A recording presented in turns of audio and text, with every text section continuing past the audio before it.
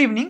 आज का हमारा करंट अफेयर्स डिस्कशन टॉपिक है why lemons are so costly now. ऐसा क्या हो गया कि महंगाई के इस दौर में नींबू भी और महंगा हो गया। और दूसरा, ये बहार क्या होती है और हमारे यहाँ अभी तक जो नींबू के उत्पादन की साइकिल थी वो कैसे कंट्रोल हो रही थी और कैसे वो ब्रेक हुई। ये तमाम बातें आज हम इस डिस्कशन में देखेंगे। ये डिस्कशन आपके प्रीलिम्स, मेंस और इंटरव्यू तीनों को पॉइंट्स बहुत महत्वपूर्ण है और इसमें हम इन तमाम चीज़ों को करने की कोशिश करेंगे। चलिए शुरुआत करते हैं कुछ फैक्ट्स के साथ। हम देखते हैं कि भारत में नींबू के उत्पादन के लिए कितना बड़ा क्षेत्रफल है। तो लगभग एरिया है 3.17 lakh hectare across the country और एनुअल प्रोडक्शन है 37.17 लाख टन। आपको जान के सरप्राइज होगा कि इतना जो उत्पादन नींबू का आप करते हैं, इस पूरे फ्रूट को, नींबू फ्रूट को, लेमन फ्रूट को हम कंप्लीटली डोमेस्टिक कंज्यूम करते हैं, ना हम इसका इंपोर्ट करते हैं और ना हम इसका एक्सपोर्ट करते हैं।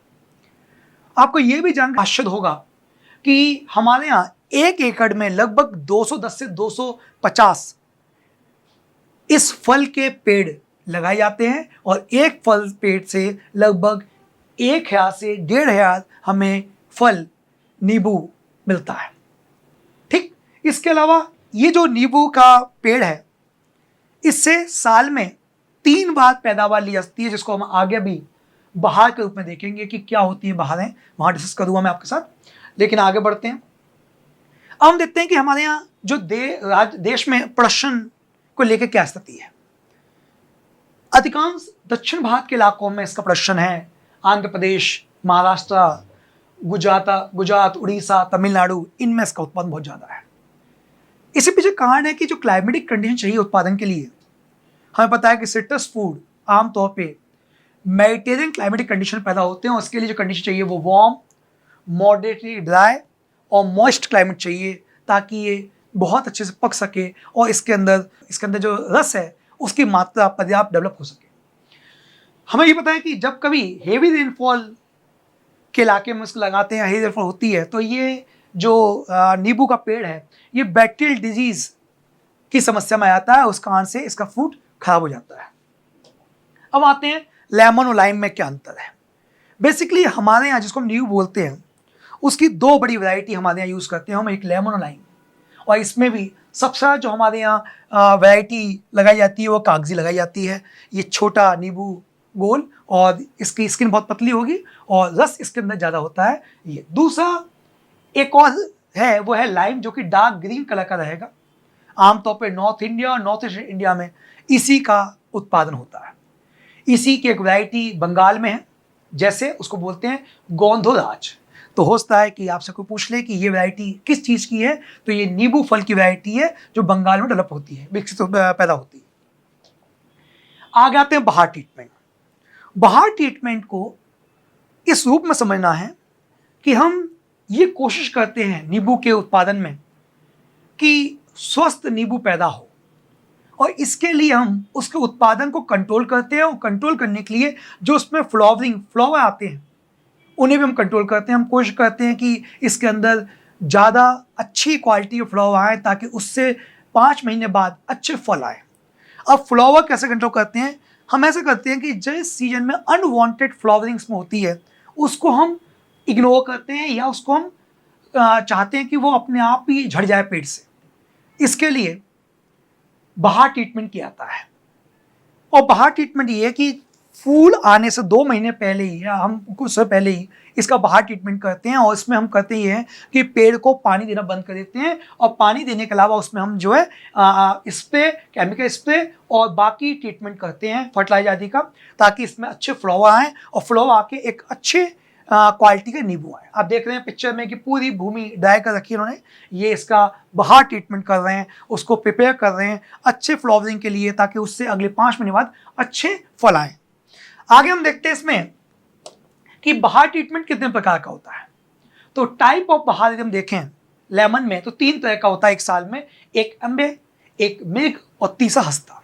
ये 3 जो नाम है ये तीनों सीजन के आधार पे हैं। जैसे हम पढ़ते हैं कि हमारे यहाँ 3 तरह की फसलें होती हैं, जावेद, इसके अलावा अपने रबी की फसल, खरीफ की फसल। तो यहाँ पे भी इसी तरह से इनको किया जाता है। आगे बढ़ते हैं। अम्बे बहार, ये जो अम्बे बहार है इसमें फ्लावरिंग आती है जनवरी फरवरी में, और इसके लिए जो ट्रीटमेंट किया जाएगा वो 2 महीने पहले शुरू कर दिया जाएगा, लगभग साल के आखिर में स्टार्ट किया जाएगा। इससे जो उत्पादन होगा ये लगभग आपका अगले 5 महीने में मार्केट में आ जाएगा।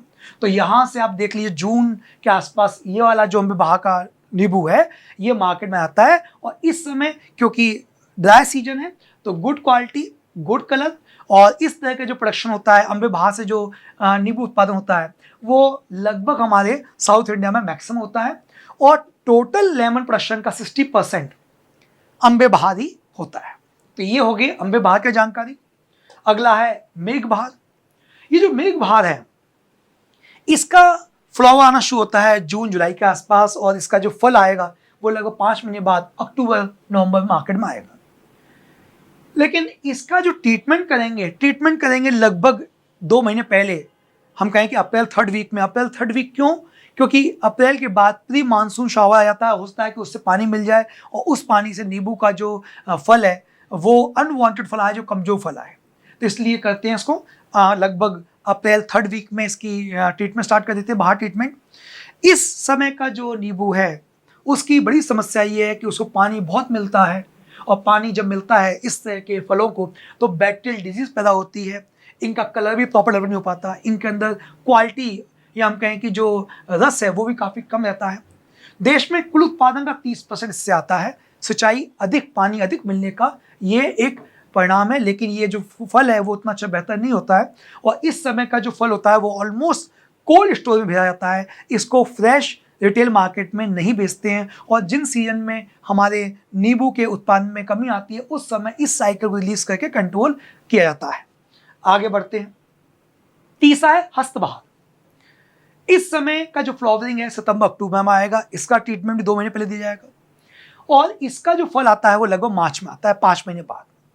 ये भी समय हमें पता है ड्राई है, इस समय का नींबू है बेस्ट क्वालिटी है, बेस्ट कलर है, लेकिन क्योंकि इसका पूरा ड्राई सीजन इस समय तो प्रोडक्शन लो रहता है, और हमको ये पता है कि इस समय बाकी फल भी मार्केट में अवेलेबल नहीं होते हैं, और ये एक तरह का ऐसा सीजन होता है जिस समय फलों की मार्केट में जो मौजूदगी वो कम होती है, तो प्राइस हाई ऑलमोस्ट इस समय के जो नींबू में होती है वो जुड़ी होती है हस्तबहार वाले नींबू में। 10% हमारा जो प्रोडक्शन है उसको फुलफिल करता है हस्तबहार, सबसे ज़्यादा अपना अम्बे, फिर मिल्क और फिर हस्तबहार। क्वालिटी वाइज चीज़ें अलग अलग चलेंगी, और इस तरह से जो बाहर की ओवरलैपिंग होती है हमारे यहाँ, इससे फार्मर्स ये इंश्योर करते हैं कि राउंड द ईयर हमारे यहाँ जो है नींबू की मौजूदगी बनी रहे। भिन्न भिन्न राज्य भिन्न भिन्न भाग का यूज़ करके प्रोडक्शन को मेंटेन करते हैं, और उसका कंट्रोल प्रोडक्शन करवा के बेस्ट क्वालिटी का लेमन मार्केट में सप्लाई किया जाता है। ये है पूरा तरीका यहाँ पर। अब आते हैं कि अभी हमारे यहाँ जो दाम बढ़े हैं वो क्यों बढ़े हैं। इसके लिए एक बड़े कारण आप देखेंगे कि एक तो आपका हो गया हस्तबहार का फेलियर, और दूसरा हो गया अम्बे बहार का फेलियर। साल के आखिर जो नींबू की फसल है उसका उत्पादन प्रॉपर नहीं हो पाया, और इसका भी नहीं हो पाया, और इसके पीछे बड़ा कारण है हमारे यहाँ पिछले कुछ समय से मानसून में जो अनसर्टेनिटी बढ़ गई है, क्लाइमेट चेंज का कारण। हम देख रहे हैं कि मानसून जिस समय आना चाहिए उस समय नहीं आ रहा है, और जब उसका विड्रॉल होना चाहिए, जाना चाहिए वापस, उस समय नहीं आ रहा है। लास्ट तक बारिश हो रही है, और बाद में देख रहे हैं कि कई बार अनप्रेसिडेंटेड बारिश के हम जो है मात्रा देख रहे हैं। तो जो ये बारिश हो रही है उससे ये जो एक्सट्रीमली सेंसिटिव प्रोडक्शन है इसका मॉइस्चर के कारण वो प्रभावित होता है।